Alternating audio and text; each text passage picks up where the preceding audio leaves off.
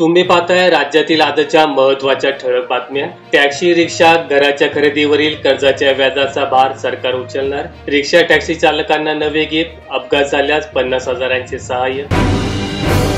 महाराष्ट्रातही मणिपूर सारखे काही घडू शकते, शरद पवार यांचं वक्तव्य। भाजपसह सर्वच पक्षांकडून तीव्र प्रतिक्रिया। शिक्षक भरती डीएडला सुगीचे दिवस, शेकडो अर्ज। शिक्षक भरतीमुळे नोकरीची आस, डीएडचा कल वाढताना दिसतोय।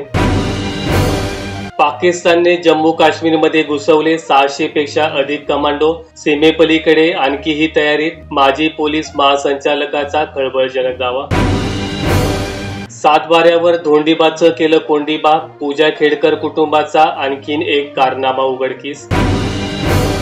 तुम्हाला अपात्र का करू नये, सुप्रीम कोर्टाचा अजित पवारांना सवाल। शिवसेना राष्ट्रवादीची एकत्र सुनावणी घेणार। पतंजलीला 4.5 कोटी रुपयांचा दंड, व्यवहार चिन्ह हक्क प्रकरणी आदेशाचे हेतू उल्लंघन।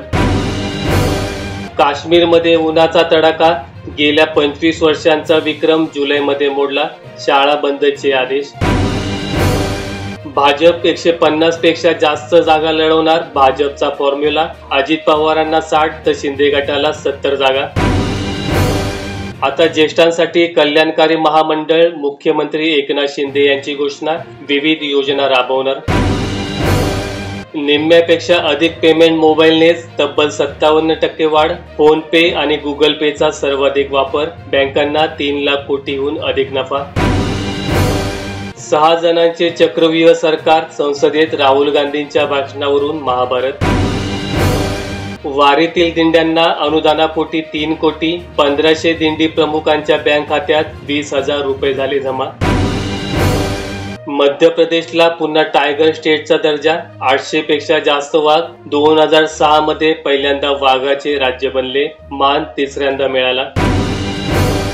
चीन सोबत संबंध बिघडले तरीही आम्ही मार्ग काढू, परराष्ट्र मंत्री एस जयशंकर यांची भूमिका।